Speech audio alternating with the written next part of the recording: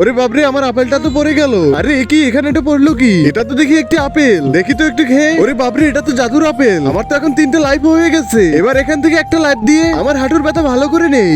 এখন আমার হুইলচেয়ার লাগবে না। দেখি তো এই মেয়েটি কি করে। ওরে বাবরে, কে কোথায় আছো? আমাকে বাঁচাও। আরে এই মেয়েটি মনে হয় বিপদে পড়েছে। যাই তাড়াতাড়ি করে ওকে বাঁচিয়ে নেই। এরপরে কি হলো সেটা দেখার আগে তুমি যদি চাও তোমার বাবা অনেক অনেক বছর বেঁচে থাকুক তাহলে ভিডিওর মধ্যে একটি লাইক করো, আর যদি চাও তোমার মা অনেক অনেক বছর বেঁচে থাকুক তাহলে চ্যানেলটিকে সাবস্ক্রাইব করো, আর তুমি যদি চাও তোমার মা বাবা দুজনে অনেক অনেক বছর বেঁচে থাকুক তাহলে লাইক সাবস্ক্রাইব দুইটাই করো। ধন্যবাদ বোন তোমাকে, তুমি আমাকে বাঁচালে। তুমি কি আমার হাঁটুর ব্যথা ভালো করে দিতে পারবে? আরে হ্যাঁ, আমার কাছে এখনো 2টা লাইফ আছে। এই নাও, তোমাকে একটা দিয়ে দিলাম।